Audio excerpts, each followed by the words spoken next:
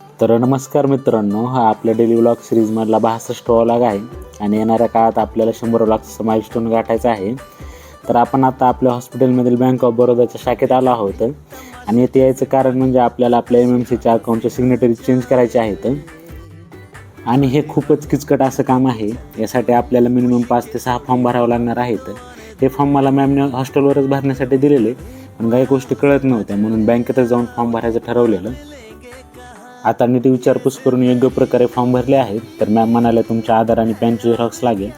ते आणण्यासाठी कॉप स्टोअरमध्ये गेलेलो, पण तिथलं प्रिंटर खराब होतं आणि सगळ्यात महत्त्वाचं म्हणजे सध्या आमच्या एक्झाम चालू आहेत आणि आज दुपारी 2 ते 4 आमचा मेडिसिनचा पेपर आहे.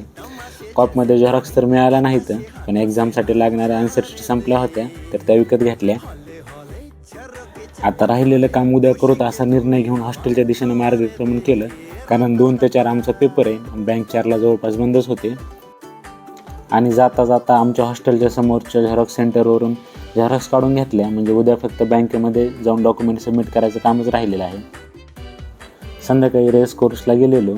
एवढ्या दिवसापासून पुण्यात राहत आहे, पण कधी रेस कोर्सला जाण्याचा संबंध आला नाही आणि आज अचानक योग जुळून आला. रेस कोर्स आमच्या हॉस्टेलपासून 2.5 ते 3 किलोमीटर दूर आहे. हे रेस कोर्स खूपच भव्य आहे आणि इथे 2 किलोमीटर लेन्थचा सर्क्युलर रनिंग ट्रॅक आहे.